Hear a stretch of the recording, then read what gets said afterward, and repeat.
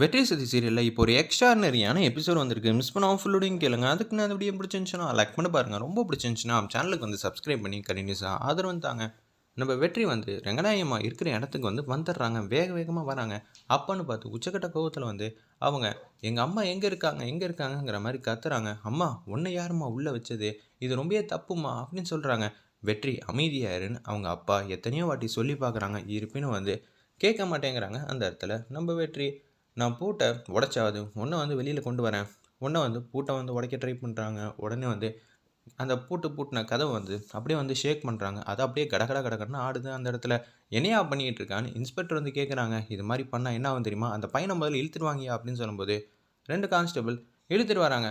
அங்கே இருக்கிற அதிகாரிங்களாம் சொல்லி புரிய வைக்க பார்க்குறாங்க. நீங்கள் நியாயமாக என்ன பண்ணுமோ அதை பண்ணிங்கன்னா கண்டிப்பாக உங்கள் அம்மா வெளில வந்துடுவாங்க. அதை விட்டுட்டு தேவையில்லாமல் வந்து நீங்களே வந்து பிரச்சனையை பெருசாக்கிக்காதீங்கன்னு அங்கே இருக்கிற அதிகாரிகள்லாம் சொல்லியும் கூட கேட்குற மாதிரி தெரில நம்ம வெற்றி. எங்கள் அம்மாவை இங்கேருந்து நான் கூட்டிகிட்டு போகாமல் விட மாட்டேன்.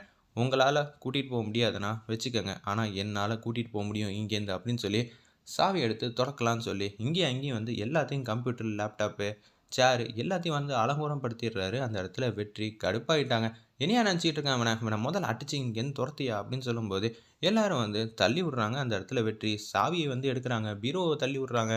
கரெக்டாக அந்த பூட்டு சாவியை வந்து கையில் எடுத்தோன்னே நான் இப்போ திறக்க தான் போகிறேன். இது பண்ணால் எவ்வளோ பெரிய தப்பாகிடும் பார்த்தியா, ஏய் எல்லாரும் வந்து இவங்களை தடுங்க அப்படின்னு சொல்லும்போது ஸ்டேஷனில் இருக்கிற எல்லாரும் வந்து வெற்றியை தடுக்கலான்னு இருக்காங்க. அவங்களால சமாளிக்கவே முடியல. ஒன்றா அந்த இடத்துல எஸ்பி வந்துடுறாங்க. கன்னத்துலேயே வந்து பொழிச்சுன்னு நம்ம வெற்றியை வந்து வேற லெவலில் வந்து அடிக்கிறாங்க. அந்த இடத்துல வெற்றி எதுவுமே பேசாமல் இவ்வளோ நேரம் வந்து ஆர்ப்பாட்டம் பண்ணிகிட்டு இருந்த வெற்றி அமைதியாகிட்டாங்க. நீங்கள்லாம் என்னடா பண்ணிக்கிட்டு இருக்க, பணத்தை கொடுத்து தானே வாங்கிட்டு இருக்க, உங்களுக்குன்னா அடுத்தவங்க உழைப்புனா இது மாதிரி தான் தெரியும், நக்கலாக தான் தெரியும். அது எவ்வளோ கஷ்டம் தெரியுமா ஒரு வீடு வந்து கட்டுறது. அந்த வீட்டை போய் இது மாதிரி ஆக்கி வச்சுருக்கீங்க. இதில் இங்கே வந்து பூட்டை வேற திறக்க பார்க்குறியா, இவனை முதல்ல உள்ள தள்ளு, சங்கிலிக்கு பக்கத்தில் வந்து வச்சிரு அப்படின்னு சொல்லும்போது பூட்டை திறந்து சங்கிலிக்கு பக்கத்தில் வந்து தள்ளி விட்டுட்டு பூட்டிடுறாங்க. அந்த இடத்துல என்ன நீங்களாம் வேலை பார்க்குறீங்களா இல்லை என்ன பார்க்குறீங்க, எனக்கு ஒன்றுமே புரியலன்னு சொல்லி அந்த இடத்துல வந்து எஸ்பி வந்து கனாபனான்னு திட்டுறாங்க. நாங்கள் எவ்வளோ சமாளித்து பார்த்தோம் முடியலை, இதெல்லாம் சொல்ல உங்களுக்கு வெக்கமாக இல்லை அப்படின்னு சொல்லி கண்ணாபனான்னு திட்டுறாங்க. நான் கண்ட்ரோல் பண்ணனா இல்லையா, இல்லாட்டி எனக்காவது தகவல் வந்து சொல்லியிருக்கணும். நீங்கள் எதுவுமே சொல்லாமல் இந்த மாதிரி பண்ணது மிகப்பெரிய தப்பு தான் அப்படின்னு சொல்லிட்டு இருக்காங்க. அந்த இடத்துல அப்பன்னு பார்த்து செல்வன் முருகன் வெற்றியோட அப்பா வந்து தன்மையாக பேசுகிறாங்க. என் பையன் ஏதோ உணர்ச்சி வசப்பட்டு தப்பு பண்ணிட்டான். வீட்டில் வேணால் தப்பு பண்ணால் நீங்கள் வந்து மன்னிச்சு விடலாம், ஒரு வேளை சாப்பாடு பண்ணாமல் இருக்கலாம். ஆனால் இங்கே வந்து என்ன காரியம் பண்ணுறாங்க, நாங்கள் என்ன வேலை வெட்டி இல்லாமையே வந்து ரங்கநாயம்மாலேருந்து எல்லாரும் இங்கே வச்சுருக்கோம். அப்படி இருக்கும்போது பூட்டை திறக்க பார்க்குறான். அந்த அளவுக்கு உனக்கு தெரிய வந்துருச்சா, இவன் பூட்டை திறக்கிறது காரணமாக இப்போ வந்து நாங்கள் பத்திரமா அவனை உள்ளே வச்சுருக்கோம் சரிங்களா, எதுவாக இருந்தால் வழக்கறிஞர் மூலிமா பார்த்துக்கோங்கன்னு அந்த இடத்துல அதிகாரி வந்து சொல்லிட்டாங்க. என்ன பண்ணுன்னே தெரியாமல் தடுமாற்றத்தில் இருக்காங்க. அந்த இடத்துல மீனாட்சி அம்மாவோட ஃபேமிலியை வந்து காட்டுறாங்க. அவங்க வந்து ஒரு வீட்டுக்கு வந்து வராங்க.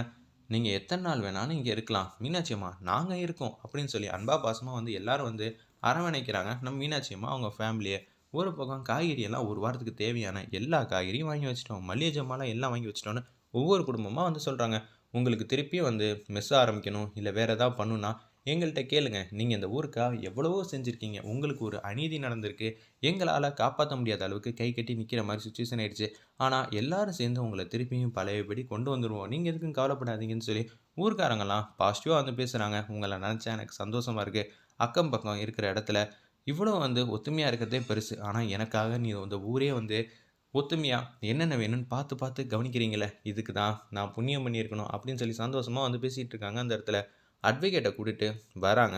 நம்ம சங்கிலி முருகன் ஆட்டோவில் வந்து இறங்குறாங்க. வெற்றியோட அப்பா அப்பன்னு பார்த்து சரண்யா வந்து குடுகுடுன்னு ஓடி வராங்க. ரங்கநாயம்மாலாம் வெளியில் வந்து விட முடியாதுன்னு அந்த இடத்துல வந்து மூஞ்சிக்கு நேராக வந்து சொல்லிடுறாங்க. ஏன் மேடம் இப்படி பண்ணுறீங்க, எங்கள் அம்மா தெரியாமல் தப்பு பண்ணிட்டாங்க. ஓ தெரியாமல் தப்பு பண்ணிட்டாங்களா, ஓகே ஓகே அப்படின்னு சொல்லும்போது அட்வொகேட்டோட வந்து உள்ளே வந்து வராங்க.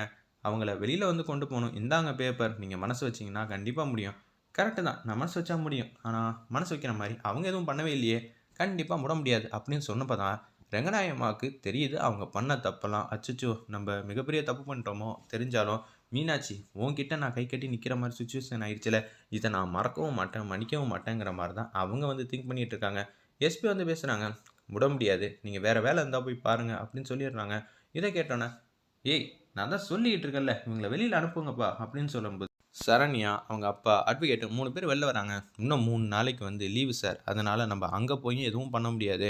அதுக்கப்புறம் என்ன செய்வாங்க, எவ்வளோ செலவானாலும் பரவாயில்ல, இப்போதைக்கு ரங்கநாயகி வெளியில் வந்தே ஆகணுங்கிற மாதிரி பேசுகிறாங்க. செல்வன் முருகன் அந்த இடத்துல வேணா ஒன்று பண்ணுங்க, மீனாட்சி அம்மா வீட்டில் போயிட்டு வாபஸ் வாங்க பாருங்க. வாபஸ் வாங்கிட்டா எந்த பிரச்சனையும் இல்லை, 3 நாள் லீவெல்லாம் கணக்கே கிடையாது அப்படின்னு சொன்னோன்னே, மீனாட்சி அம்மா எங்கே இருக்காங்கன்னு சொல்லி ஆட்டோவில் வந்து தேடுன்னு தேடுறாங்க. அப்பன்னு பார்த்து சக்தி வந்து ஒரு வீட்டு வாசலில் திண்ணையில் உட்காந்துருக்கனால பார்த்துட்டாங்க. அப்படியே வந்து வீட்டுக்குள்ளே வராங்க.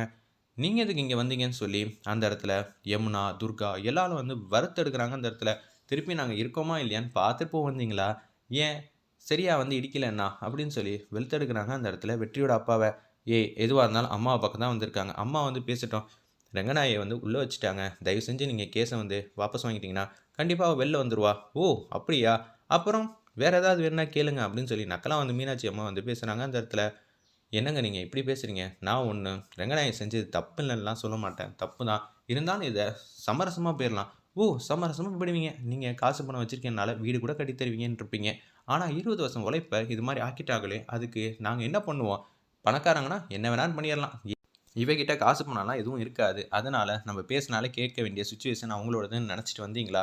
நான் ஒன்றும் அப்படியெல்லாம் சொல்ல. உங்கள் வீட்டை நான் இது மாதிரி பண்ணியிருந்தா என் முன்னாடி வந்து மன்னிச்சிருங்க அப்படின்னு சொல்லி நாங்கள் நின்றுருந்தா என் மூஞ்சிலேயே துப்பியிருக்க மாட்டீங்க.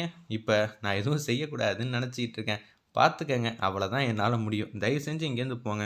இல்லைங்க, 3 நாள் லீவு, அதனால் நீங்கள் வாபஸ் வாங்கிட்டீங்கன்னா நல்லாயிருக்கும் அப்படின்னு சொல்லும்போது, இதெல்லாம் சொல்கிறதுக்கு உங்களுக்கு வெக்கமா இல்லையா?